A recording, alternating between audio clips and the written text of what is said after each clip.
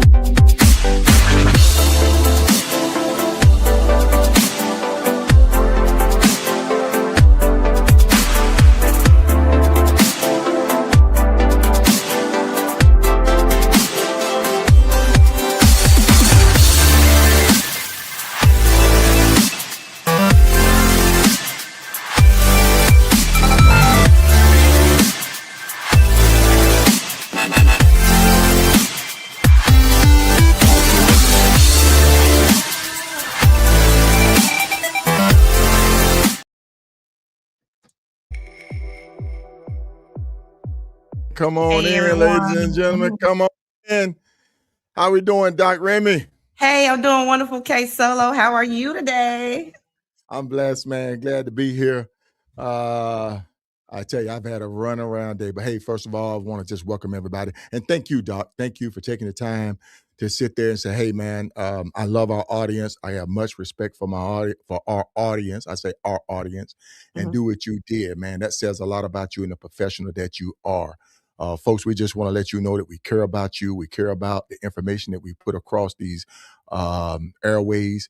And, you know, my motto is, and the podcast motto is to aspire to inspire, be legendary. And that's what we're trying to do here on the Riding with KSolo podcast show with the impeccable in the building. Oh, in the building. Remy. Hey, let's go, y'all. It's gonna be a Hey great man, show. hey man, let's go. Let's get this thing started. Oh man, it's like deja vu, like Groundhog Day, man. We're right back at it, man. Right back at this, man. What is going on? Hey, come on in, ladies and gentlemen. Come on in before we kick this thing off and get it started. We just want to welcome everybody to join us. We got Marky Mark in. I'm telling y'all right now, man, y'all better keep an eye on Marky Mark because he's taking notes. Every episode, he's chiming in, man. He's talking to people. He's taking notes, y'all. Y'all slipping on Marky Mark. Hey Mark, I got my eye on you, my guy. I got my eye on you. Come on in. We got David Bell in, man, one of our top tier supporters and podcast members. Thank you for joining us tonight. If you can hear us, everything looks good on your end, ladies and gentlemen, on Facebook, on YouTube, Spotify, whatever you're watching us on. Just kindly give us a thumbs up, give us a heart or something like that. Let us know that we're broadcasting and everything is good. We'll greatly appreciate that. Yes. Thank you, Nurse Tiffany. Welcome. MacGyver, hey man, that's my guy right there, man. MacGyver, sporting that 95, man. He's with that red and black denim, man. That's what's up. Nothing but love. How we doing? Can you pronounce that? Can you see that, Doc? Nisha Sizemore, Nisha Sizemore, Nisha. 2816 said, good evening. We love Doc. Oh, thank See there? you. See there? I tried to get you, man. Stay with me, Doc. Stay with me. What's up, Mike? Good evening. Good evening. Come on in. Baldhead Nasty. He said, 4664. He said, Doc, baby oiled up. Ooh. Show that with Diddy. Show that with Diddy. Come on, man. Oh, my goodness. We're going to have some more fun tonight. Hey, man, we got Chops in. The legendary OG himself. Chops, how you doing tonight, sir? Welcome. I know you're getting that calendar ready, getting ready to ride out, man. Princess McCall. Hey, fam. Hey, Princess. Welcome back. Come on in. Come on. When we going to get you on, Princess? Talk about your epic rise. I was gonna hit her up and ask her. Actually, the invite's there. What's going on, Garland? How you doing tonight, my guy? One of our top tier supporters as well, man, and members of the podcast channel. Come on in, ladies and gentlemen. Once again, we want to thank everybody for joining us tonight for Hoka Hey Talk, where we cover new riders, old riders, past riders, future riders wannabe of the Hoka Hey Motorcycle Challenge. And what we do here, we find out why these riders want to ride the Hoka Hey, what inspired them to ride the Hoka Hey, and what charity they are riding for. And we're going to get into a little technical stuff. We're going to get into some tactics that they plan to ride this thing, how they are planning to accomplish it. And that's what we're going to do tonight, folks. So make sure you chime in right here on Thursday night, Hoka Hey Talk. We're gearing up for the 2026 Hoka Hey Motorcycle Challenge. Woodstock, Illinois. It's going to kick off on the 2nd of August. Make sure you tune in. We're going to be up and running. We're going to have the big board up. We're going to be 24/7 broadcasting live, going at you, giving it to you as the riders navigate across the country. But all right, I'm tired of beating my gums, Doc. You ready to bring him in? Let's bring him in. Come on, Scuba. Come on, Scuba Steve. Man, we just love that name, man. Come on in, Scuba Steve. Hey, man, y'all say that name with me, folks. Scuba Steve. Welcome, Steve. How's everybody tonight? Come on in here, man. Hey, if you're a Hoka Hey rider watching tonight, drop your number in the comment. Drop your number in the comment. I greatly appreciate that. We just want to see a Hoka Hey community support me, man. I appreciate you guys. I really do. This episode right here wouldn't even be anything without you guys. And drop some comments in. Rattle his brains. Find out what he's planning, man. Let's get him going. Let's get him motivated. Let's get him inspired to get out and ride the Hoka Hey. You guys been through it. You know what it takes. Hey, what's going on? 1244, 1140. I love it. 1328. Give me some more. 1321. Come on, baby. Give me some more. I'm writing them down. Hey, them Hoka Heys. Come on, give it to me. 1244, 1328, 1315. Rookie. What's up, Rook? I love it. I Nice. see you, Scoob. Miss your old prez. Oh, okay. Good deal. Hey, Jonathan, man, drop us something. 1247, welcome. Come on in here, ladies and gentlemen. I love it. Drop your Hoka Hey. 1244. That's 1244 just dropped in. 1247, 1244. Keep them coming. I want to see all my Hoka Heys out there. Come on in. And KSolo, what was your number? 990. 990. Can you drop your number in the comments, please? Can you drop 990 in the comments? See, hey, y'all, I'll tell you right now, Doc, stay on me. I love it, man. She stay on me. Thank you. 1245, I see you. Oh, that's Scuba. I got you. Nice. Oh, man, I love it. Thank everybody, man. I appreciate you. Make sure I get your number on the big board. We're definitely going to be tracking you. Make sure you write those numbers down, Doc, because when they start running this year, we're going to be tracking these numbers down here. The people that drop their number in, we're going to be following you guys. We're putting down, trust me, Doc, show them the pad, Doc. Yep. Show them the pad. See, y'all think we're going to be tracking you. We're going to be highlighting you. There he is right there, 1273. 1248. Look at that. 1248, 1336. Come on. 1323. Come on. That's what I'm talking about. We're going to be tracking you guys, man. And hopefully, while you're out there, when you get some time, we're going to try to reach out to some of you guys, get you to do some interviews as you are progressing through the challenge. and we look forward to hearing how things are going to be going for you. So listen, Scuba, if you would, sir, would you please introduce yourself to the audience tonight? Sure. Scuba Steve, Rider 1245. I'll be a rookie this year or a newbie, I guess, depending on if you've been in it or not. Been kind of documenting my process. Don't know what I'm going to do with all that information, but this has been an experience, and I haven't even hit the road yet. So. Okay. And you're going to be riding. I'm just going to go ahead and just put this up front now. Who are you going to be riding for as far as charity? Sure. So I'm riding for Bikers Against Child Abuse of Georgia. I actually used to be a part of that organization. I was a chapter president here in Georgia, and I was a state secretary. And I just recently left, just left on good terms, but I just had some differences of opinion with the upper level leadership. So, but still a great cause. Still believe fully in the mission. So that's who I'm raising my money for this year. That's outstanding, Scuba. That's outstanding, man. And for people that don't know, that's part of the Hoka Hey Motorcycle Challenge is fundraising, donating money, nonprofit organization, charity. And as we get a little bit further, I'm hoping I can get Beth on, get some of the board members on to kind of give you guys more in-depth information about it, because I can just tell you what I read off of the web page, but I would love to get Beth on. I would love to get some of the board on to kind of talk about it, to just kind of share the information over my platform and just kind of inform everybody just exactly what the Hoka Hey Motorcycle Challenge is, more than just getting out there riding 10,000 miles and weathering the gear. But look, I'm tired of beating my gums. You know what I am. I am a gentleman, and I'd always let Doc Remy kick it off. Doc Remy, you ready to kick it off? I'm ready. I am ready. You still be putting me on blast like that. I love it. I love it. Hey, can you tell me so when I hear your name, Scuba Steve, I'm thinking about scuba gear, or when I'm out there, on my cruise or something, and they say, go scuba diving. Please tell me, and everybody else, how did you get your name? So it unfortunately doesn't have anything to do with scuba diving at all.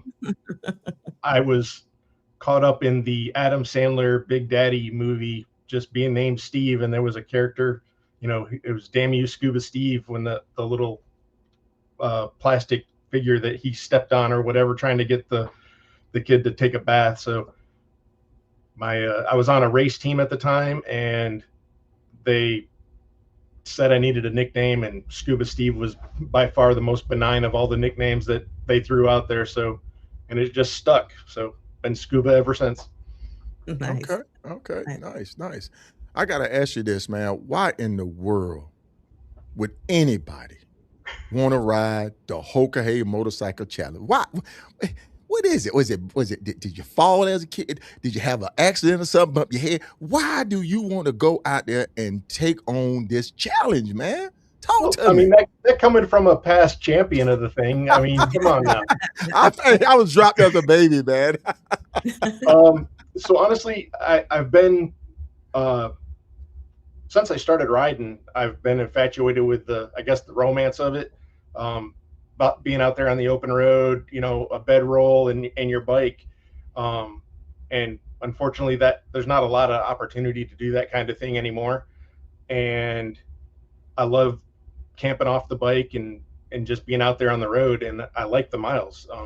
It's wind therapy, like everybody calls it. And I first heard about the Hoka Hey reading Hopper's book. I had to look it up to see what it was. He kept referring to this Hoka Hey thing, and I had no idea what he was talking about. And I looked it up, and I was like, man, that sounds like an actual challenge that even if I'm not successful, the experience, it's right up my alley, being on the road and sleeping beside the bike. It's just sounded like a good time. Okay. Nice. Okay, so KSolo. So he said he liked camping next to the bike. Do you actually tell us, do you really like camping next to the bike, or are you just doing it because you have to, because it's the challenge of the Hoka Hey, Me? Yeah. You asking me that, Doc? I'm asking you that. Well, for me, I mean, being in the military, I enjoy the outdoors, and I had already been camping, long distance riding, camping in the desert, camping next to rivers, just out enjoying because I was trying to live that biker. Well, not trying, but I was living that biker lifestyle Mhm, of mhm, sitting there saying, I have a little bit of money, and I'm still wanting to ride across the country, and then just the thrill of just pulling in at night, finding me a primitive campsite. Just and primitive, for those that don't know, is like mhm, a cutout in the woods somewhere. There's no running water, there's no electricity, there's no security, anything like that, no lights. It's just you just find a little cut behind a sign somewhere, a field somewhere in the woods. Just put your tent up, man, and you just go for it. Build your little campfire and you just go for it. So I was already doing that. So for me, when I sat down and had my talk with Kenneth Andrews, he said, Solo, he said, hey man, the Hoka Hey is you're meant for it. You're already living it. you You already won't even doing have no issue. So for me, I already love camping. I already love being outdoors. And so for me, it was no issue. I could sleep comfortably at night. It's the people who are not familiar with sleeping outside, those are the ones who struggle with sleep deprivation and the stiffness that you get, the lack of security over you and around you. mhm, People just, you're like, I'm not comfortable. I can't sleep. I hear something going. Wake up. Break that mhm. sleep pattern. Scuba, Yes, sir. you ready for it? Go for it. I said, you ready for it? You ready for Oh that? yeah, yeah. I think I am. I mean, I'm still trying to, you know, get myself in shape a little bit, and trying to log as many miles as I can beforehand, just to get my butt in shape, I guess, for this thing. Mhm. And then I've got plans already to take the bike down pretty much the month of June and go through it top to bottom, get it squared away so it's ready. But I think I'm as ready as I'm going to get. Okay. Okay. All right. Are Still you working doing out any camping? all the little Are you, details. I'm sorry. Go ahead. I mean, you were in a club, and I've kind of met some of those guys. Those guys live a rugged, bike life, man. These guys will pop up, sleep next on runs, stop and just sleep next to their bikes or at Yep. a truck stop or something like that. So I mean, you're familiar with the rugged lifestyle, correct? Yeah, a little bit. I started my own riding club a number of years ago, and that was exactly what it was based on, was uh, just a group of friends but we liked that lifestyle, just, pulling into, whether it was a campground or, just like you said, a mowed spot on the side of the road. And, you just slept long enough to catch some Z's and get some rest and then jumped on the bike. It was about the travel. It Mm, was the journey, not the destination. Mhm. Half the time we didn't even have a destination. It was like, let's just go ride. mm. And you find all those little hole in the wall restaurants and bars. And you know one of the things I've learned is, if you want to make sure a place has good food, if there's some bikes parked out front, there's a good chance that the food's pretty decent inside the place. Nice, nice, nice, nice. I believe that because every time I ride past somewhere on the back roads and I see a little off the wall little bar and I see some bikes out there, I'll be thinking, oh, I bet you they in there chill. I can go in there and be like, hey y'all, I got a bike too. What y'all eating? I know I'm not the only one. Okay, okay. um, but no, so my next question to you, you said you had a riding club, Yes. right? And so my question is always, what made you feel confident and comfortable enough to apply for this massive Hoka Hey challenge? I totally wasn't. I didn't think there was a chance in hell that I was going to get selected. I didn't think I had what they were going to be looking for. But I wanted to throw my hat in the ring and just see. Um, I'm sitting here reading stories from guys like Hopper and watching guys like Riot and some of the others, and I'm just mesmerized by some of the accomplishments and places they're going and things they're doing. And I was like, man, I can't compete with that. But then it turns out, I guess I have a larger riding resume than I realize. Mhm. Um, So went through the motion, sat up, waited up all night long for the registration to start. I guess we crashed the servers or whatnot trying to get in. There were so many Yeah. of us. Yeah. But that whole process, it's like every phase of it has its own level of anxiety. Had all the anxiousness and anxiety to fill out the application and just get my name in, and then it was like, okay, was I in the top 100? You know, because they only allow 100 new riders every year, and then knowing that, okay, I made it in the top 100 because I wasn't put on a waiting list, and a lot of the other people, they were saying, oh, I'm number whatever on the waiting list. I was like, well, I didn't hear that, so I must have made it through the top 100.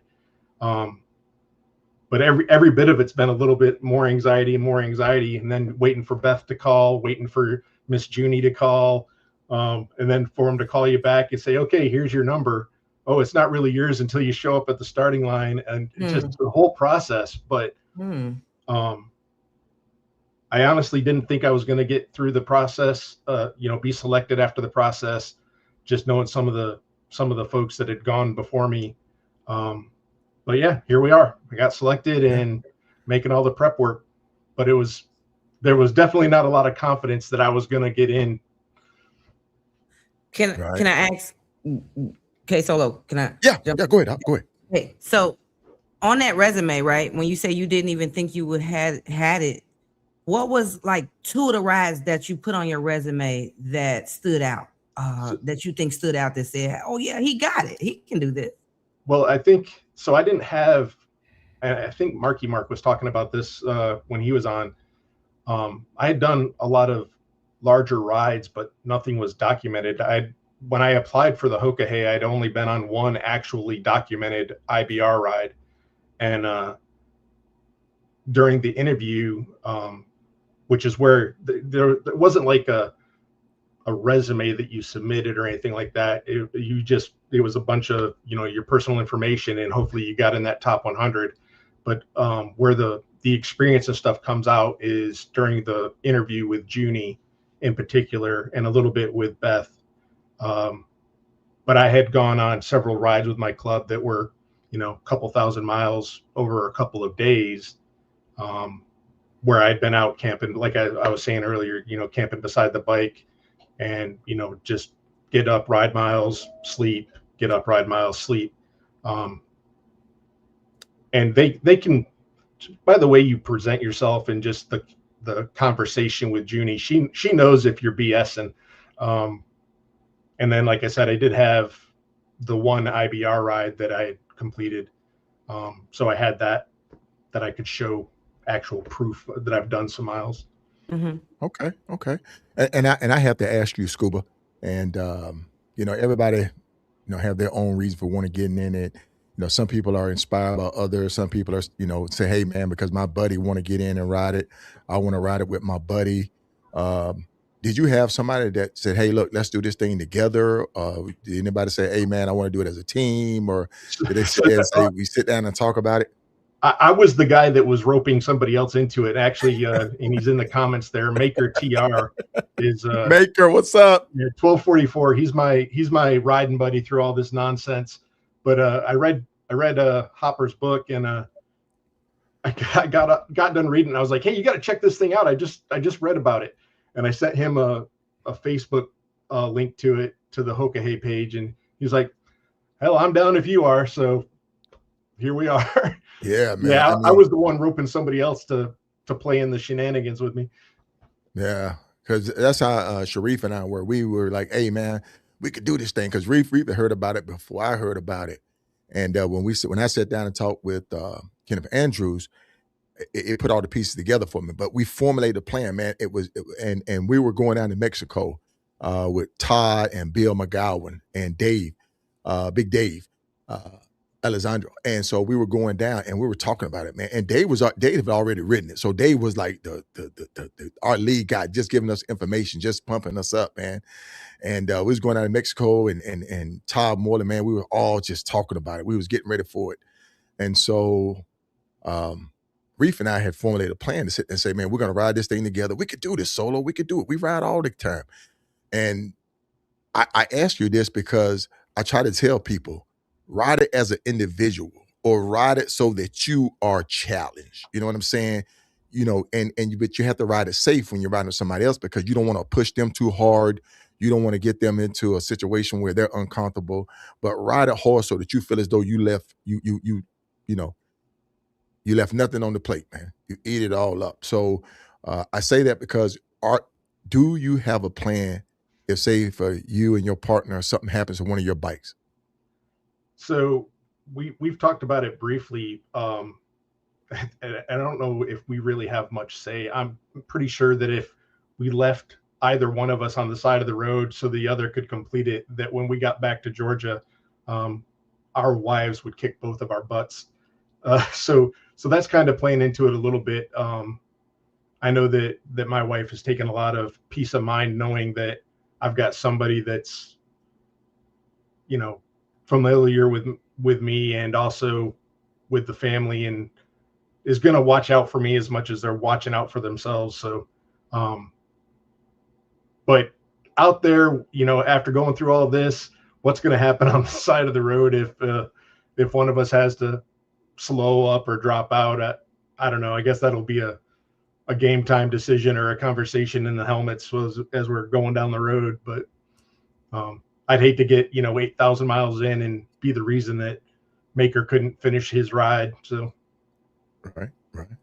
It's something that you're gonna face, man. So go ahead and prepare for it. Go ahead and formulate that plan so that if it happens, unforeseen something happened with the bike, and I always say the bike because the rider's gonna be there. If that happens, you know what I'm saying, just formulate that plan so you guys sit there. There's no issue. There's no huddling. You guys just like soldiers going into battle, man. This is our continuity. Plan B. All right, Doc, I'm just beating my gums, but I just want to just try to give them some pointers, man. I know, and I really like the pointers, but I want to reflect on you. Like, can you give me a reflection on how you was thinking when you were out there? Like, man, if this contingency plan doesn't work, or the first choice doesn't work, what am I going to do next? And what motivated you to just keep going? Because you had some obstacles while you were out there too. So, like, just reflect on how did you keep moving? Yeah. I mean, the drive was in me. Like I say, it was an adrenaline rush from the moment that the horn sound. It was adrenaline rush. That first 12 miles of boogity, boogity, boogity, and then all the bikes are there together, and then you see people. You're riding with the best. In my mind, I was riding with the most elite riders from across the country and around the world that would sit there and say, "I want to ride a Hoka Hey Motorcycle Challenge." It was like, I'm like, this is the elite. This is the pinnacle of long distance riders. This is the pinnacle of guys who have a technique to sit there and say, if this break down, I can recover myself. I mean, first time out, I didn't know who this guy was with a big, I said, coffin on the back of his bike. That was Gopher. And Gopher had ridden it, man. And Gopher was going through it. And then I found out who he was because once I saw his number, and then I kind of like, what is his number? And looked him up. But to me, it was the adrenaline of the ride. It was me and Sharif conquering this together like we've ridden miles and miles together before. And so I just was gung-ho with it. Just straight gung-ho with it. That was me, man. And it was already established that if you or Reef had any types of issues, the other one was going to make sure you was good, and then you going. We'd already ridden together. I mean, before the Hoka Hey. So our plan was what we're gonna do. I mean, what we're gonna do. You know how to recover. I know how to recover. You know how to get to safety. I know how to get to safety. You good, bro? You good? I'm good. And it was a hard decision, and it rolled with me. It still ride with me, because it's one of those things where you're gonna get out there and you're gonna have to deal with it. You're gonna have to face with it if you ride with somebody. Scuba. Yes, sir. Like I say, man, I hope you guys are ready for it, man. I hope you guys are ready for it. But Scuba. The nerves build up every time I really start thinking about it, but I mean, there's only so much prep you can do until you're there and in it. So, right. Hey, we want to welcome Terry Hoyer on. She is like the fundraising guru. She gave a great seminar at the last rendezvous. And if you don't know what the rendezvous is, we'll talk about it in other in up and coming episodes. It's part of the Hoka Hey community.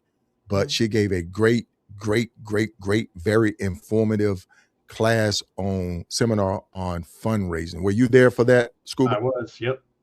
Okay, good. And what was your take on it, man? It was very eye opening. Just I guess mainly because she kind of started out where I did. Like I can only raise a couple $1,000s, and then the next thing you know, she's got all these corporate sponsors and donations and whatnot, and she just she walked us through pretty much step by step the questions you need to ask yourself, and basically not leaving no stone unturned.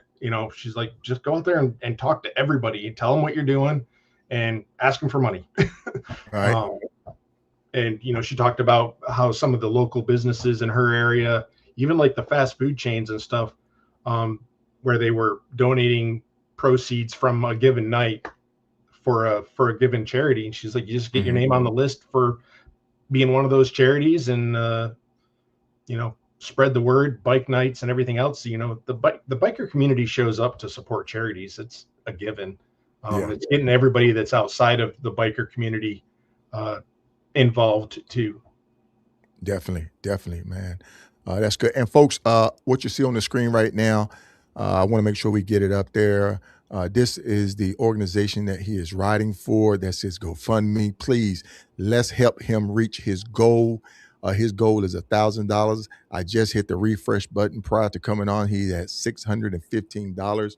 If my eyesight is not failing me with this small screen. So, so just to be fair, and I don't know why it does it this way, my actual goal is 10 grand. But GoFundMe, for whatever reason, it like increments it. It's like, oh, we're going to post it at 1,000 until you get there, and then we'll show the next baby step goal.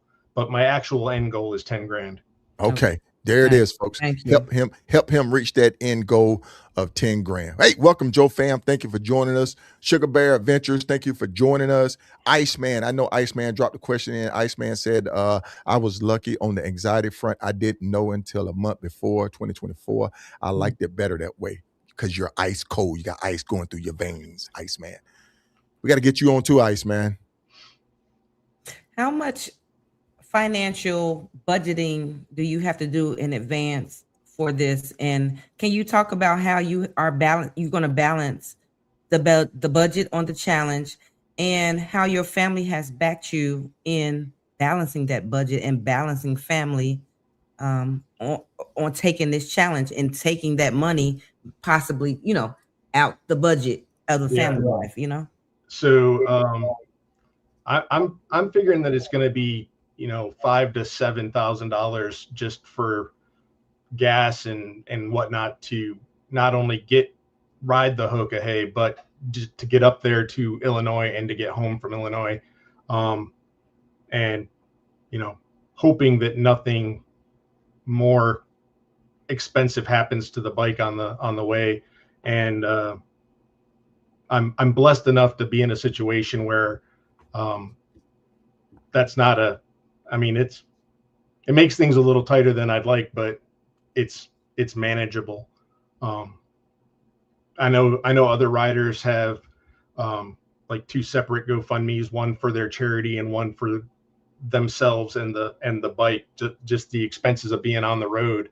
But I'm in a situation where we're just going to pay for it out of our pocket.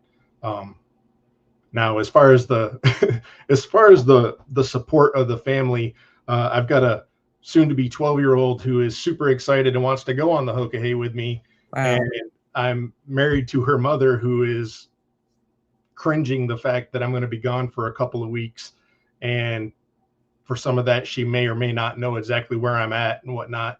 But again, like I said, knowing that Maker's going to be out there, that she's getting a little bit of peace of mind just knowing that I'm not going to be out there 100% on my own. And I've been exposing her to some of the videos and stuff, and she rides herself, so she's aware that if something does happen, it's not like 200 riders are going to just go by me and leave me sitting in a ditch somewhere. Bikers are going to stop and help.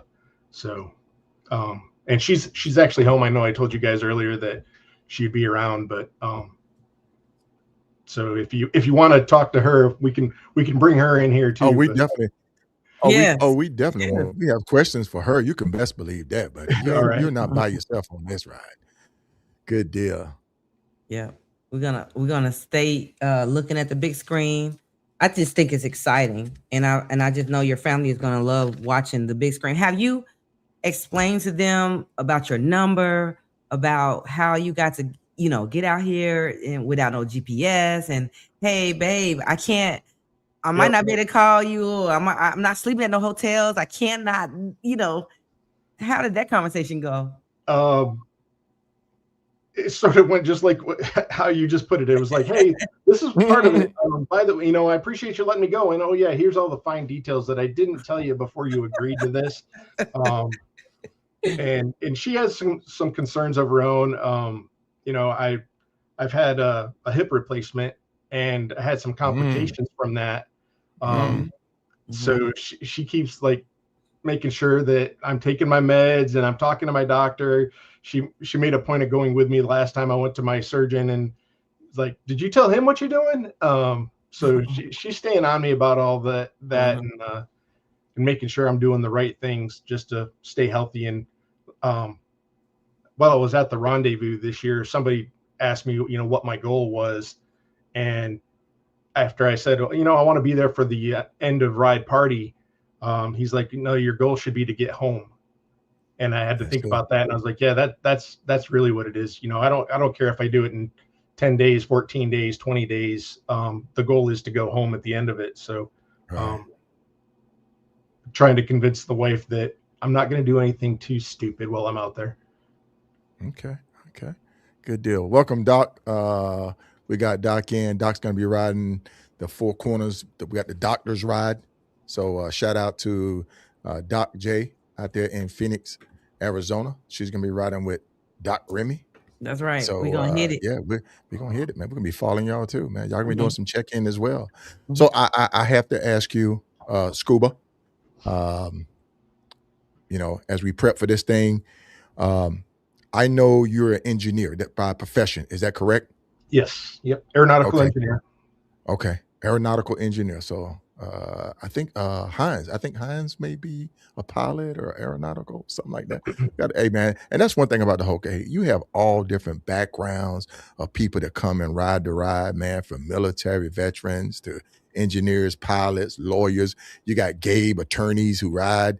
I mean, if you look on Facebook, man, Gabe is like Hoka Hey everything. When you Google Hoka Hey, Gabe's gonna come up, man. He got the SEO working for him. But and he put out some great videos too of the coverage. So make sure you go check out Gabe, the attorney that rise page as well. Shout out to him. And it's a big community, man. It's a big community. So being an engineer, what are you doing to prep for this ride in your own way? So you kind of mentioned, Marky Mark being on here, stealing nuggets of information. I've been doing the same thing. I'm pretty active in some of the Facebook groups, talking to as many riders as I can that have been, going to the rendezvous and stuff like that. And you pick up little nuggets of wisdom. So one of the biggest things that I picked up was, so I'm from upstate New York originally. I love the cold weather. I can't handle the heat. And I know that the Hoka likes to run everybody through the damn deserts. And that's like my biggest fear in the whole thing. My very first iron butt, we left here at like 2 a.m. and we actually ended up riding into Central Texas during one of the heat waves a couple of years ago. And we were riding through Louisiana and it was 116 degrees and my Yankee backside was just melting. I learned a couple little tricks on that, but for me, it's all about the being able to stay cool and the hydration and stuff like that. But the biggest thing I've picked up so far was talking to Vroom Old Man. He was the first person to welcome me when I got to the rendezvous, and I had a chance to look at his bike and just his hydration system and some of the stuff he's got going on, rocking 2 gallons of water the whole time. So I took that idea and was trying to figure out what to do. But I've invested a fair amount of time tinkering and playing with my hydration and cooling system. So And then just all the other parts of it, the stuff as simple as how to hold your directions, which I know that's been a big topic on the Facebook groups as of late. I even started a little controversy with some of that, but yeah, every little thing, everybody's got their own way of doing it, and everybody has their own opinions of how you should or shouldn't do it. Whether you're sleeping on the ground or you're sleeping in a hammock, taking a cot, are you in a tent? I know some of the guys throw a damn tarp over top of themselves and they just lean across the handlebars. Yeah, that's my setup right there. What I think is going to work for me. I can't do the ground with my hip injury and stuff. I'd be crippled after 2 days of sleeping on the ground. So, love the hammock, and then can't, the freestanding, if I'm in the middle of the desert somewhere, there's not going to be a tree and I'm not wrapping this hammock around a cactus. So, that's been my iron butt setup for the last couple of trips we've gone on. So seems to be working pretty good for me. Okay. Good deal. So this is my question for both you, KSolo, and you, Scuba. How do you protect yourself out here on the challenge? Do you carry any weapons, knives, pepper spray? If you're out there on a hammock like that, or if you're in a tent, KSolo, you'll burn the fire and cook you up some food, and then you go to sleep and take your boots off. How are y'all preparing for any type of violence or natural attacks? Scuba, I'll let you take that one first. Okay, so my plan. So first thing I had to do was wait and see if we were going into Canada at all, because you can't transport firearms across into Canada. We've been told several times that this year we're not leaving the lower 48. So I have intentions of carrying my my Glock with me, just in case. But we're also, I've got a buddy, so I won't be out there solo, behind a sketchy gas station somewhere. I'll at least have my buddy with me. Sketchy is the word, man. Sketchy is the word. Riding the Hoka Hey, man. Any Hoka out there, if you got a sketchy story, man, drop it in the comment, man. Just tell us one sketchy gas station, running by a clown motel, man. Anything, extraterrestrial highway, anything sketchy, man. Tell us about it. But no, I did hear some story, like, I've read all the a lot of the testimonials and stuff that Beth has posted on the Hoka Hey page. And there was a story on there about one of the guys going across Canada somewhere, and he hit a pothole. And as he was walking back to his bike, he realized that he had wrecked right between Mama Bear and the cubs.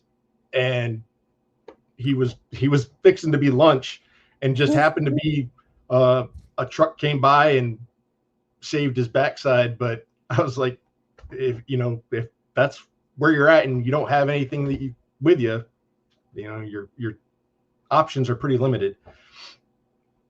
Okay. Reno. No, I will not be running the Hoka Hey this year. So you guys can rest at ease. I'm dealing with some medical issues, man, and I'm not going to go out there. Even at 90%, I'm not going to go out there. Even at 90% of KSolo speed, I'm not going to go out there. I want to do that ride at 100%. But yes, I will do it again. I will be doing the Hoka Hey again. I just want to make sure that I'm in the right shape, right condition for it, to be safe and to make it back home. But I will be doing, Doc and I will be doing the broadcast. We will be tracking it. We will have the big board up. Shout out again to Chris Hopper.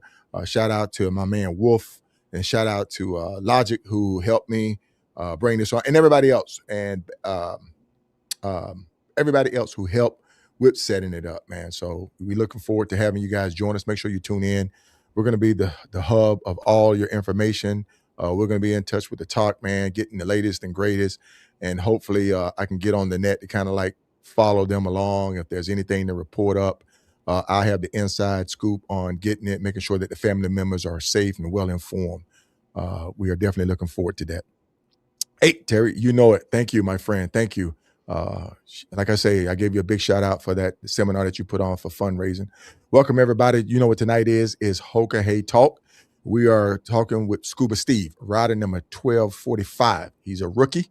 So, Hoka Hayes, you know, go ahead and get your jokes in now, man. Go ahead and call him Rook now. You know, it's great that you're in there. It's great that you have a plan. Once again, welcome. And the Hoka Hey is more than just a ride; it's a community. It's a community. So hopefully everything goes successful for you and you become a part of the community, man. Indeed, indeed. Doc, I'm gonna let you hit him with one more, right quick, before I hit him up.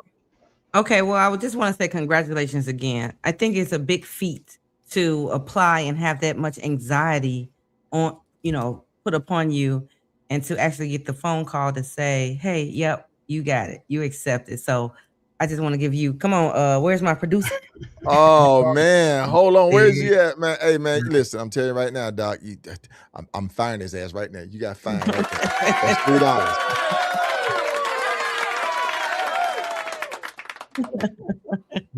Where Iceman was saying that, I think it was Iceman that said that. Now you want to give something. Oh God, go ahead, talk to us, Stu.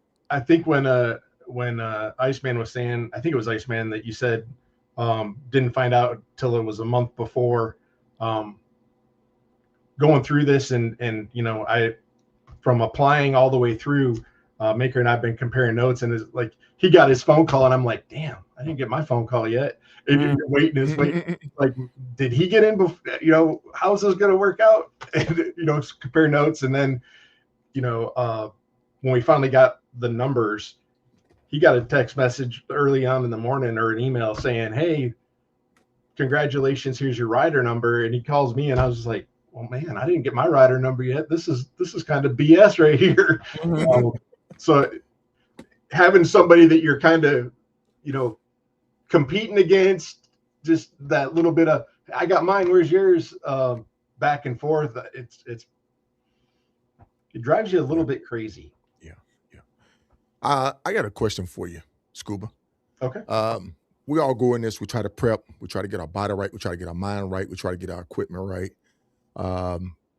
What do you think is going to be your Achilles heel for this ride? What is something that you're going to have to make sure that you watch out for, be aware of, and your riding partner is going to have to stay on top of? The heat. That's my hands down my absolute biggest concern. Because if it's above 85 degrees, I am not a happy camper. I want nothing to do with it. And, just sitting on top of those bikes, it'll hit 85 in no time at all. So, and I push myself. So sometimes I will blow by a limit and not be paying attention or listening to my body. So, I'm going to have to constantly, I'll probably end up with a Post-it note or something on the handlebars from the wife reminding me to stop and drink extra Gatorade and stuff like that. But my biggest concern that I think might cost me the ride would be how I handle whatever heat we run into. I'm kind of known. You can ask the guys that are in the comments there that have ridden with me. If I look at my motorcycle, it's probably going to rain. So I'm used to riding in the rain, and I'm used to the cold, but the heat, that's my concern. Yeah, because you're down in Lower Georgia, right? Off by 95, right? Yep, right off 95, just outside of Lower Savannah. Georgia. That's Savannah. That's humidity. You guys deal with down there. Yes. Okay. And I don't like it. I hate every minute of it. Being from upstate New York, Buffalo, I think, somewhere up there. Actually, I'm about an hour north of Syracuse, so I'm from Watertown. Yeah. So right now they're getting pounded by snow. Last time I knew, they had 36 inches of snow on the ground. So. Okay, good deal. I got one for you. Okay. The audience doesn't know who Pickles is, but yep. We can bring her in if you want to. She's is she there? Yeah, she's home. Get her in here, man. Right, get her in here. Give me a second. I'll get her in here. Come on, Pickles. Okay. Hey, look, Scuba Steve stepping away right quick. As a matter of fact, we're going to take a quick pause right quick. Stay where you at, folks. We're going to be right back as we get Pickles lined up to come in, and we're going to get a perspective from a significant other, from his wife. That's right. She planned to get him to ride the Hoka Hey. Yeah. All right, Doc, we'll be right back. Stay tuned, folks. Okay.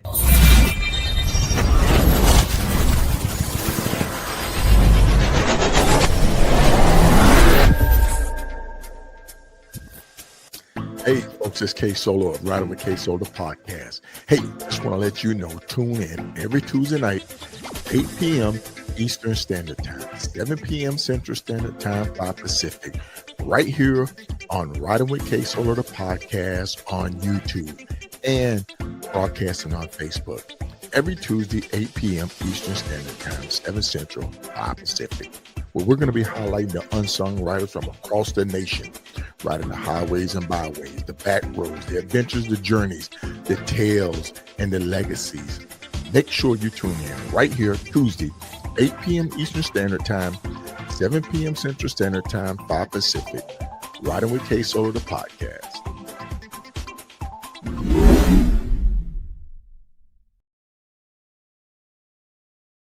Man, we're back. Look at here. Look at here. Who do we have with us tonight, folks? Who do we have for us tonight? Hold on.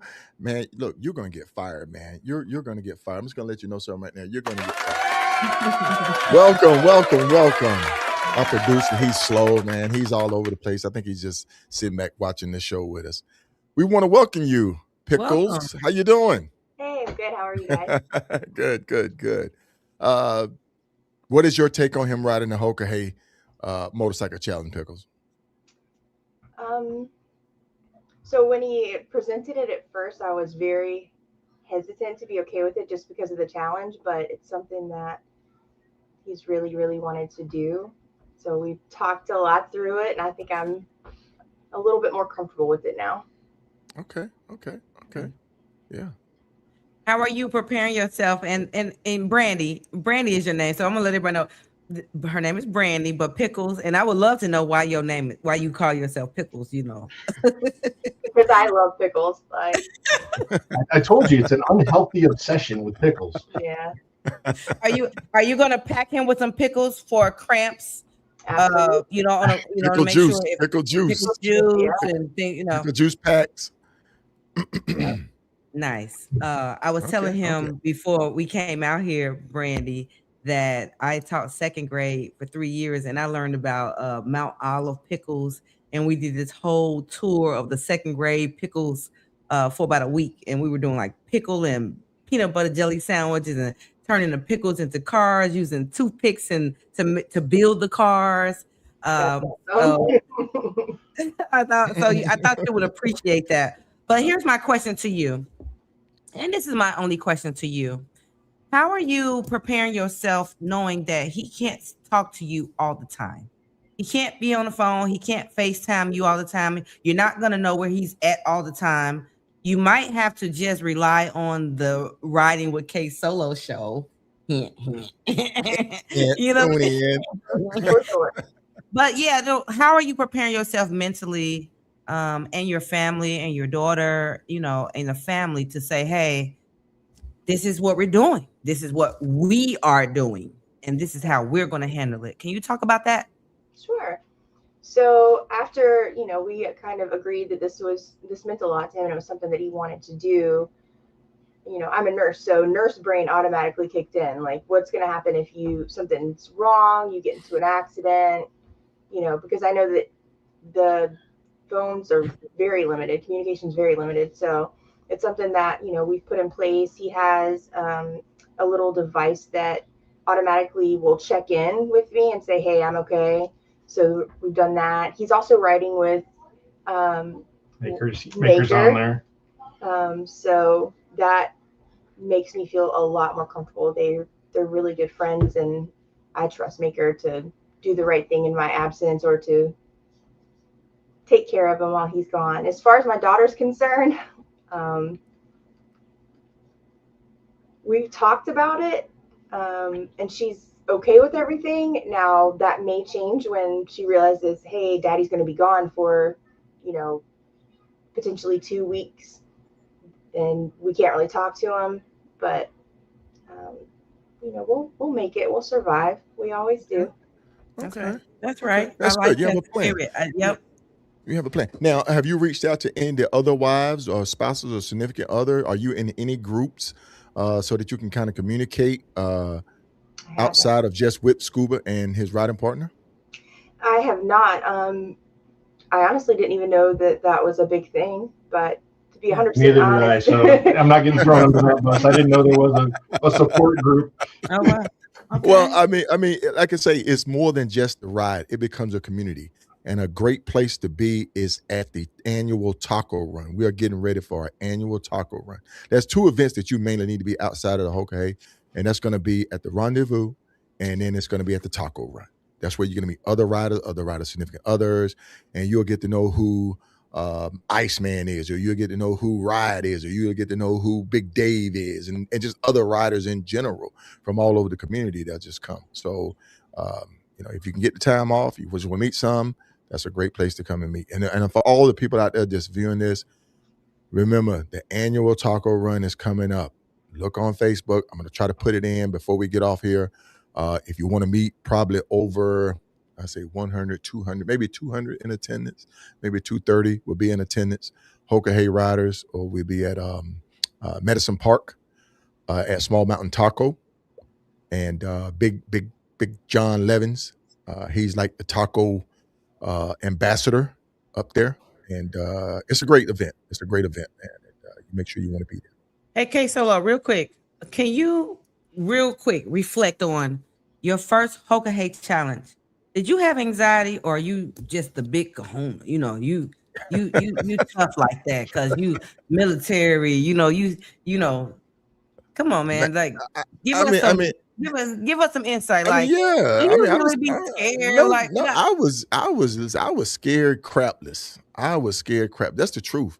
I mean, the first time I was, because it was the unknown. It was like jumping out of an airplane for the first time. Yeah, you go out the jump tower. Yeah, you get, the feel of the jump tower. But when you open that door and you playing, it was the first time riding it. And I was scared crapless. I mean, I was. And the only reassurance that I had, because I really didn't know a lot of people down there at the time, but I knew some people, was Sharif and I were together. We were together. Like I got my riding dog with me, my brother with me, my partner with me. But it was just like going out 10,000 miles, all back roads. I was scared crapless. And I remember when we first took off within the first 12 miles, and my adrenaline was pumping and I was gunning. I mean, I was like going to just try to just go. And I looked over and I was beside Kenneth Andrews, and Kenneth tapped his head. He said, "All right." You know what that means? You know what I'm saying? Yep. Break it down, Right. break it down. So, I mean, that's somebody taking you under their wings and kind of like, okay, I know you're ready for this, but don't be over ready for it. Don't be, because one thing about it is you can't get a speeding ticket. A speeding ticket is a disqualification. So, the adrenaline's going to be there. You're going to want to just go all out, boogity, but be safe about it. Watch the riders around you. Watch the traffic around you. I think Kenneth got hit by a car, broke his leg and all that. Too graphic to put up. But yeah, I was scared. I was scared crapless. You don't have to tell her all of this. And, like, you can have that conversation when she's not in the room. I forget. That was me. That was just, I know Pickles in the room. I forget you was here. I'm sorry. I really am that like partner too. Before every ride, I'm like, do you have sunscreen? Do you have electrolytes on your bike? Do you have a first aid kit on your bike? That's it. That's it, man. Yeah, I get home and she's like, you didn't drink enough. You didn't put your sunscreen on. I was like, come on. I was in the middle of a ride. What was I supposed to do? What'd you say? I made it home safe, baby. I made it home safe. Okay, good deal. We will be at Medicine Park, Oklahoma, April the 12th. 10th through 12th. Thank you there, Dave. Thank you very much, D Bell, for dropping that in there. Garland, thank you for dropping that in there. There's a lot going on, folks. I will be showing the flyer for the taco run so we can get some new people out to the event out there in Oklahoma, Medicine Park, Oklahoma. Anybody can come to the taco run. It doesn't have to just be Hoka Hey. Yeah, it doesn't have to be Hoka Hey.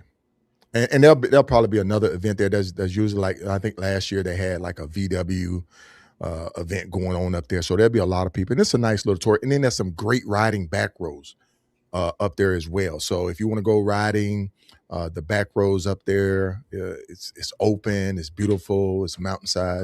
It's just great. It's great. It's scenic, very scenic.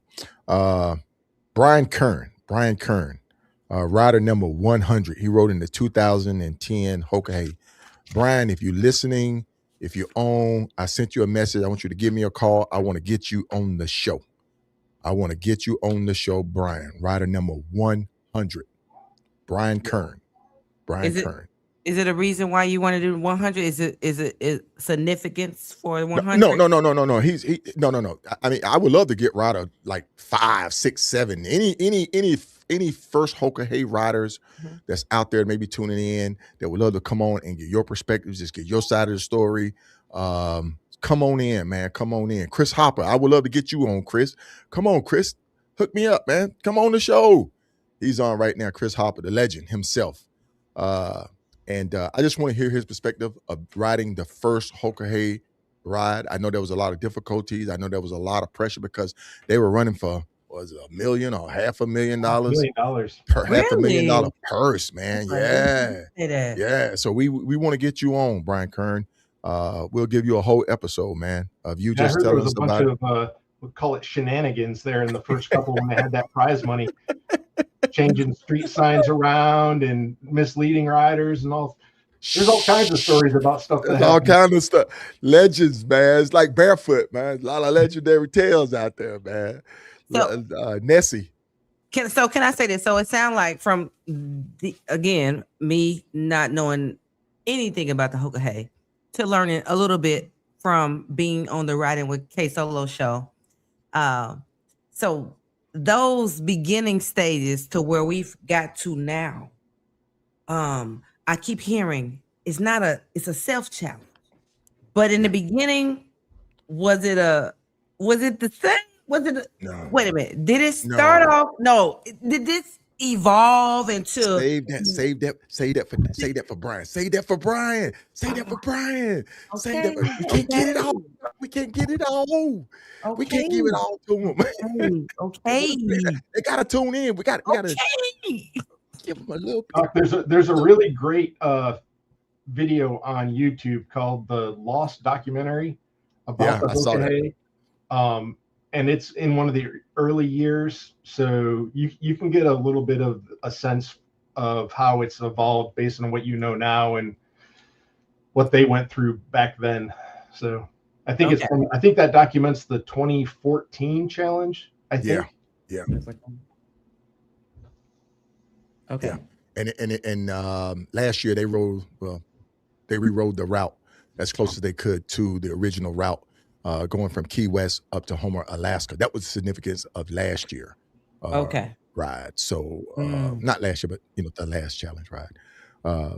So that's where I really wanted to try to make that one. But yeah, hopefully we can get somebody on, man. I would love to get Brian on. I would love to get one of those first time riders on, and let's talk about that experience because it has evolved.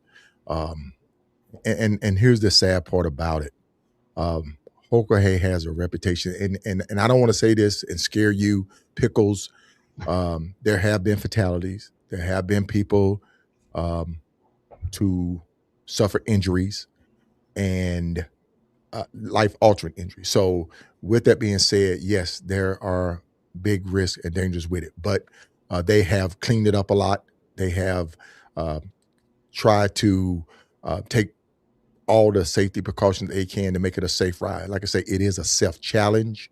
It's not a race. You'd get anybody would sit there and tell you it's a race. It's not a race. It's a self-challenge. As you finish first, you finish last.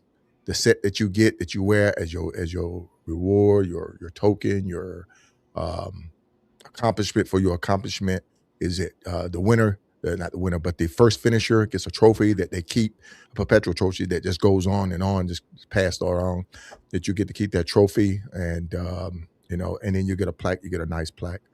But that's it, man. And, go out and challenge yourself. That's why I say, and everybody that I talk to, go out and challenge yourself, go out and leave it all on the table. It's a race, homie. We all know it. Come on, Chris. See, y'all kind of be. I y'all try, man. I y'all try, try. huh? I try, huh? Oh man, I try, huh? Come I got, on, give me the real. That's what I'm talking about, Chris Harper. man, I got the gong. Come on the show, Chris, man, and help me out. But listen, folks, we're gonna get ready to go into our Q&A, man. We gotta get this thing wrapped up. I know Scuba's got work to do. But before we do, like I say, Scuba is an engineer. He's designed this, developed this nice water hydration system that you mount on your bike, and he can engrave. I don't know if y'all can see this, but he can engrave your number on it. He can engrave certain things on it, without a doubt. And then it's designed for this jug right here. Who used to make these jugs? Was it Yeti? Well, who used to make these jugs? So They stopped Yeti has making them. theirs, and what I found out in playing in this game, no 2-gallon jugs are created equal. So Yeah. I had to basically I've sold a few of them at this point in time, and I just get whoever it wants one just to send me the dimensions of their jug, and I it just takes me a couple seconds to alter the design and customize it to whatever size jug they have. Yeah. But make sure you check him, hit him up, folks. And if he charges a little bit for it, it's going to go towards his charity. Help him out, man. Let's try to get at least 10 of these things ordered. Let's keep him busy up until the race. That way he can't get out and practice. Get out and train. But hit him up. Paying attention to her face, right? She's like, I know, right? I'm in the office with him playing with his computer. But make sure you hit him up. Order one of these. I don't know the price that he's going to charge you, but he's going to take care of the Hoka Hey riders that's going to be participating. This is a great jug. I had one of these on before. Actually, it was a soft bag, but this is a hard bag, which I think is better. And then it's open and designed so that the air can flow through it and keep your water cool. And I just ordered this right off of Amazon. Boom, fits right in there, man, and you'll be good to go. And it mounts right to your saddlebag crash guard. So I saw Hop's comment on there that he doesn't like it mounted on the crash bar. I modified it, so I don't know if this is not going to let me show it, I guess. Slide it back. Yeah, right. Yeah, go back a little bit. Right there. I've got slots and holes in the bottom of it, so if you wanted to strap it on to pretty much any part of your bike, wherever you're comfortable, or if if you had something that was kind of unique or custom, I'll talk with you and I can customize it pretty quickly if you're like Chris and you don't want it on a crash bar. Right. Nice. That's awesome, man. That is awesome. The whole idea. So I think it's called Moto Jug or something like that. Moto Jug. They have like a canvas bag. But their bag is supposed to mount. It has a strap in the bottom of it that goes around your passenger pegs. On my bike, my passenger peg is tapered, so the strap just slides off. So I had to come up with another option. Okay. So that's part of the evolution of where I came up with that. I actually started with this nonsense, which worked pretty good. Let's see if I can get it to push it back a little bit. Go back a little bit. Yeah, right there. So, right there. It's just molly webbing, and then I bought a bag holder that mounted to the molly, and I mounted this to my crash bars. The problem I had there was that you can't remove the side panels. So like if you need to access the fuse box or something like that, you got to take the entire thing off the bike to access the fuses. So okay. Yeah, there's been some trial and error and modifications, but okay. Hey, before we get ready to go into our questions and answering Q&A, if you are on the standby list, for this year's Hoka Hey, just put in the comment standby, on standby, and that way we can kind of see. For those people who drop their numbers in, we definitely going to be following you. We definitely going to be trying to reach out to some of you guys to maybe get you to come on to just give a a little impromptu interview, just kind of like what we did during the last Hoka Hey challenge. Just kind of see how it's going, see how you're doing. But yeah, so we're gonna get ready to go into a quick little question and answer, and then we're gonna let Scuba go. It's been a long day for everybody, but we just want to come up here and kind of figure out your plans, your goals of riding in the Hoka Hey Motorcycle Challenge, what inspired you. You got guys like Iceman on, you got guys like Chris Hopper on. There's Big John Levins right there. Welcome, Big John. Yes, indeed, brother. I just don't feel right without it, man. I wear the baseball cap because I wear the headphones, but man, I said, you know what? This is my hat, man. So I'm gonna start back wearing my hat because everybody know me from my hat, so I'm gonna start back wearing it. KSolo. Yeah. I see it's a hole in the top of that hat. Tell us about the hole. I passed out.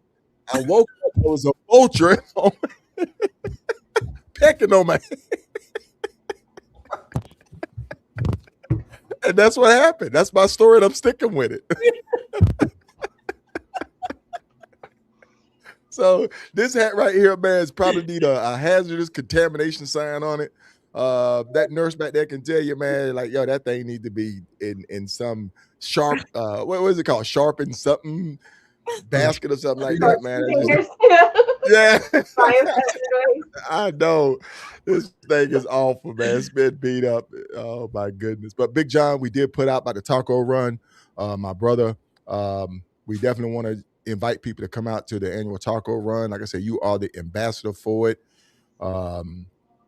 Make sure that you want to meet some of these Hoka Hey riders coming on the show. If you want to go out and just meet them before they go out and do the ride, to kind of sit there and say, I want to give to your foundation. I want to give to your charity event and stuff like that, man. We'll greatly appreciate it. You won't be disappointed because the food is always delicious. It runs out now. Don't get me wrong. They will run out, but it's a great event to be at. Doc, let's get ready to go into our quick Q&A. You know, we have our rapid fire session that we're gonna hit them on, and yeah. So we're gonna go back. We're gonna volley on him. So Doc, as usual, you go ahead and take the first one on it. Okay, I love to take the first one. Hey, so what diet, and this can go towards pickles as well. What are you gonna prepare to start eating in your body in order to make sure you are healthy, got your protein, and got everything you need, so you are hydrated and got the strength that you need out there on the road? So right now, my plan is the Mountain House meals, and I've got a little jet boil stove, so I can use the water that I'll have on board. And my plan is to basically have a Mountain House meal as my last meal of the day, and then my plan is to basically healthy choices, snacks when I'm on the road, and I've got some, nuts and Skittles are my weakness. So I've got a couple containers of Skittles that go into my tank bag. Okay. My question: how many days do you plan to do the Hoka Hey in? I'm shooting for 14. Okay. I want to be there. My goal is to be there for the party at the end. Okay. All right. Okay. Do you have plans for your wife to be at the end, or Pickles? Are you going to be at the end to celebrate, or how you plan on doing that at the end? Like, hey, I finished. I'm at the finish line. Are you going to have FaceTime or something like that, or I'm going to try my best to be there. This is something that has been a long time coming for him. He's really wanted to do this. So if he finishes, or when he finishes, I would love to be there. It's very contingent on work schedule, unfortunately, but I'm going to try everything I can. I think that being there is going to be probably the best option. And that's okay. And if you're not there, when you get home, do you have something planned? Like, hey, is it have you thought that far? I didn't think we could talk about that stuff on here. I thought it was a kid. Come on, Doc. Look, man. Look.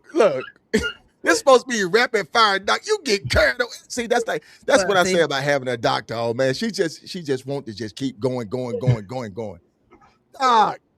All right, I'm done. This supposed to be the rapid fire portion. Okay, go ahead. Go. Your turn. No, he got to answer your question. He got to answer your question, man. He got to answer you. Ask him a question. Okay. I'm just Yeah, wondering. I if don't y'all know have- what they may or may not have planned. Okay. If she's there, that'll be fantastic. I know that her work schedule has always been a challenge. So if she's not there, I'm sure there'll be plenty of FaceTime and video and phone calls. So Okay. Okay. My question is, do you feel as though this is the ride for you? yes, I mean that's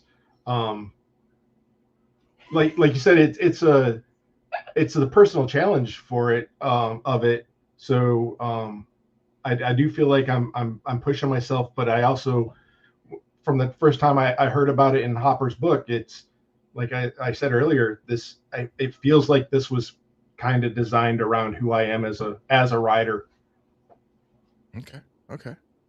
Okay. My turn. Hey, Scuba, do you here we go. So after this time, do you plan on doing it again and again and again and again?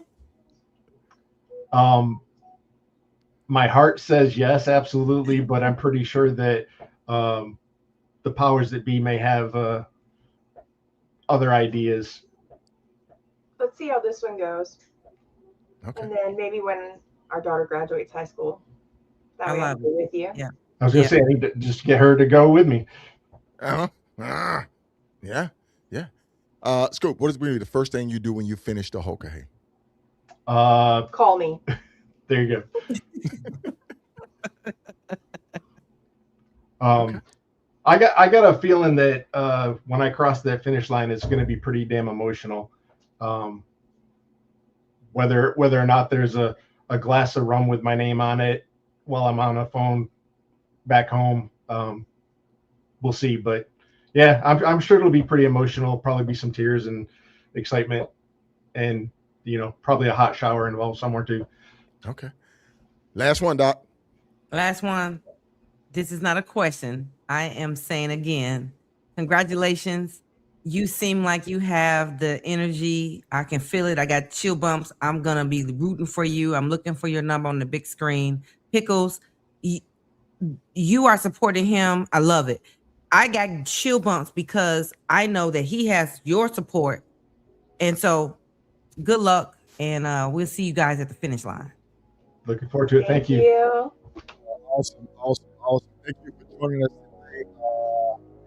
today. We enjoy having you on, Scuba Steve, and also enjoy having you on as well, Pickles, to give your perspective.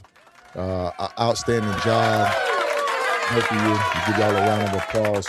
We definitely going to be following you and tracking you, Scuba, Steve, from the moment that the horn sounds to you cross that finish line, my guy. We want to thank you. And once again, if you are a participant, because what we're gonna start doing, Doc, is going to try to get more people on. We're going to start trying to have 2 people on during the episode, and just kind of work with it from there. That way we can kind of get more people rotating in, more people want to share their journeys, adventures, their prep, and all of that. But once again, shout out to everybody that's been in the comments. Bubba Rise the Distance. Make sure you go check him out on YouTube. He has a YouTube channel. He's putting out good information. Also, thank Big John, thank Iceman, Chris Hopper, everybody, Marky Mark, Joe, everybody that came in tonight and commented. Garland, top tier supporter. We even got One Down podcast MC that came on and commented, man. So shout out to Goldie, my guy, man. I have much love and respect for you, Goldie, as always. Peter, yeah, man, the vulture got on my hat, man, and this is the story, and I'm sticking with it, man. I think I got 2 of them, and I woke up and he was pecking on it. I was like, oh crap, I mean, I must be dead. Everybody, man. And once again, I'm looking for some of those first-time Hoka Hey riders so we can talk about that experience then and now. So that's what we'll call that episode, then and now. But look, Scuba Steve, we're going to say good night to you. We're going to get ready to wrap this thing up. Once again, Pickles, we enjoy having you on. To both of y'all have a good night. Thanks, guys. Good night. Good night. Doc. Hey. Hey, I like it. I like I'm getting a different vibe from people that has done it already, like yourself. You know, Mhm. the champ. You know, the champ is here. The Hey champ man, is here. hey, to all the champs out there, man. Uh, Hold on. Let me stop this music. Hey, I am just one of the guys who finished first. mhm. You got Billy. Billy finished first, and me and Billy has a story to tell. When I rode my first Hoka Hey, man, I didn't know Billy had he was a champion. He had finished first, and I pulled up on him, man. And I started trying to ride with him, and we almost ran out of gas. And he said, "You go ahead, man. You go ahead." Uh-huh. He said it politely though. Come to find out, he was the chief warrant officer in the army and all that. But he said, "You go ahead." I was a true rookie, man. Mhm, mhm. And I was running on fumes. He was like, "Nah, I can't ride with you. You go ahead, man." But you know, shout out to all of the previous first finishers, man. You know, the Hoka Hey challenge, like I say, it's a self challenge. You push yourself to the limit, man. You give it all you got. You leave nothing on the table. And to everybody who's done it, and everybody that's ridden it, people that's injured, my big sis, I love Thundercat, um, um, everybody, and I can't think of everybody, and I don't want to sit there and miss anybody, and then Mhm. blame it on the head, not the heart. But I just want to thank everybody for just tuning in to the show and just participating with us, and let us just bring this Hoka Hey to you. And then for all the family, the loved ones, the spouses and significant others, we thank you as well, because we couldn't get out there and do these rides without you. So much love and credit to all of y'all. But Doc, before we get up out of these studios, Yeah, what we got coming up? what we got coming up? So listen, man, we have something coming up for everybody that's gonna be tuning in. So next week, we're gonna have, and I hope everything is locked in, ready to go. You won't believe who we got on, Doc. You can see Mr. it right there. Paul E. Perry. And if you know who Mr. Paul E. Perry is, out of San Diego, California, you already know he is a legend. He is an icon. And we're gonna have him on the show. It's an honor and privilege. He's a co-founder of the Black Sabbath Motorcycle Club. We look forward to having him on. We look forward to hearing his stories, his legacies, being a co-founder of probably one of the oldest club, largest club, Black Sabbath MC out there, man. We're super excited to have him on, because we like to highlight our unsung riders out there, our legacy riders out there, man, the ones who contribute to the culture 100%. So we look forward to having him on. And Doc, what do you have going on? I'm over here hustling and bustling. I got my stuff going on. My charity, Sankofa Charity weekend event, March the 12th through the 14th. We got Gorilla Blue as my guest speaker. Last year 2025, we had the Kathy Gray as the guest speaker. So every year I just want to bring somebody else in. So the boys that we go to for the group home, they got some visuals and some speakers, some different people. Okay. Nice. Shout out to Revolution Cigars.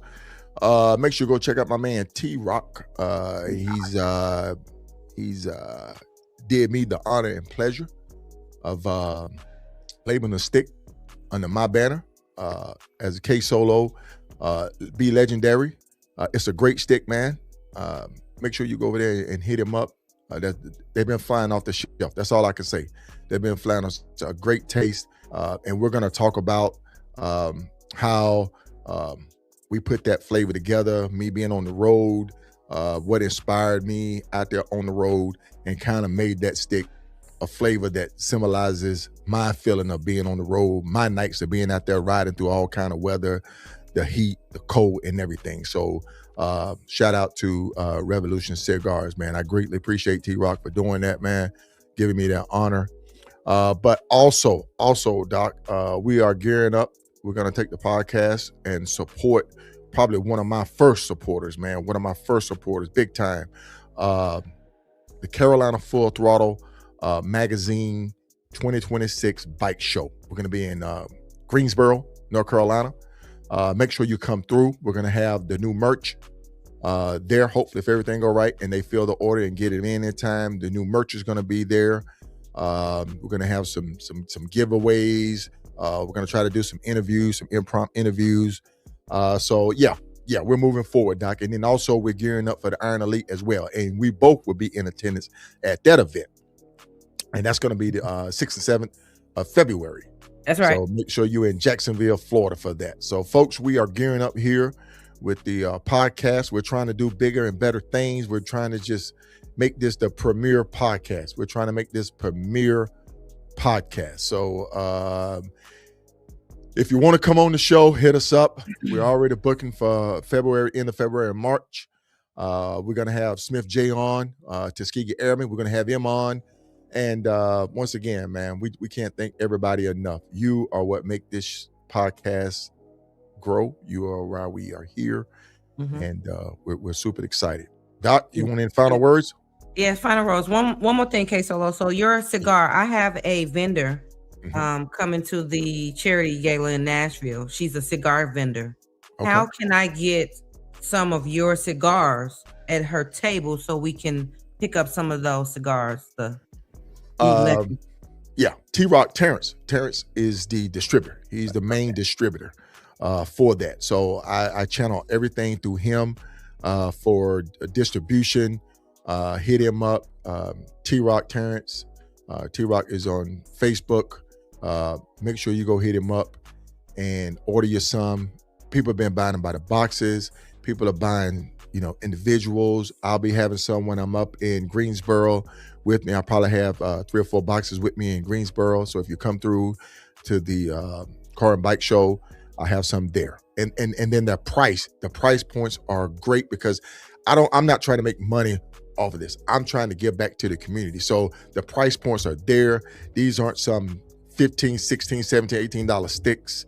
Not the economical, because like I say, riding motorcycles, my lifestyle, bikers didn't have money back in the days. They wore cut off raggedy jeans, they, dirty boots and stuff like that. And that's my persona. That's me. I try to live off the land as much as possible. So the points are there.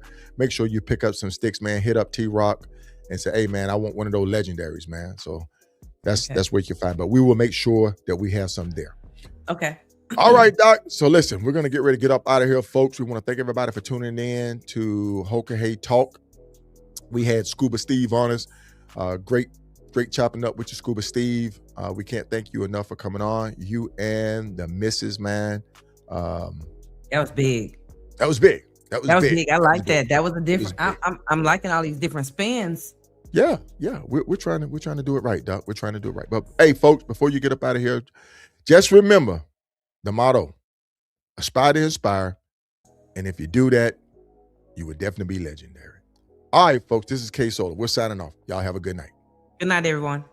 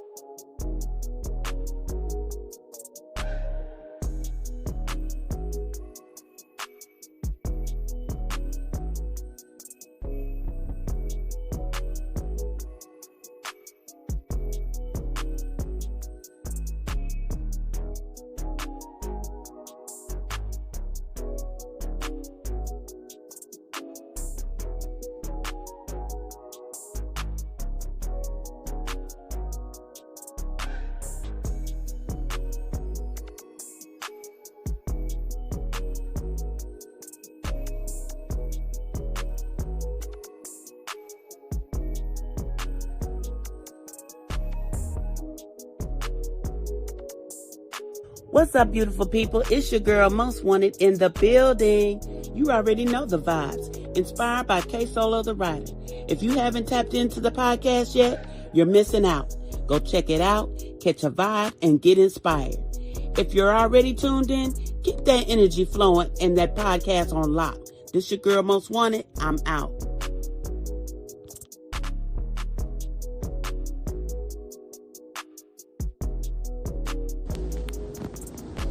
Yo, it's your girl A Boogie. Big shout out to KSolo the Rider, holding it down with the Writing with KSolo podcast. If you love the open roads, good vibes, and real writer talk that hits home, this is where it's at. Keep it locked in, keep it rolling, and remember, like KSolo always says, be legendary.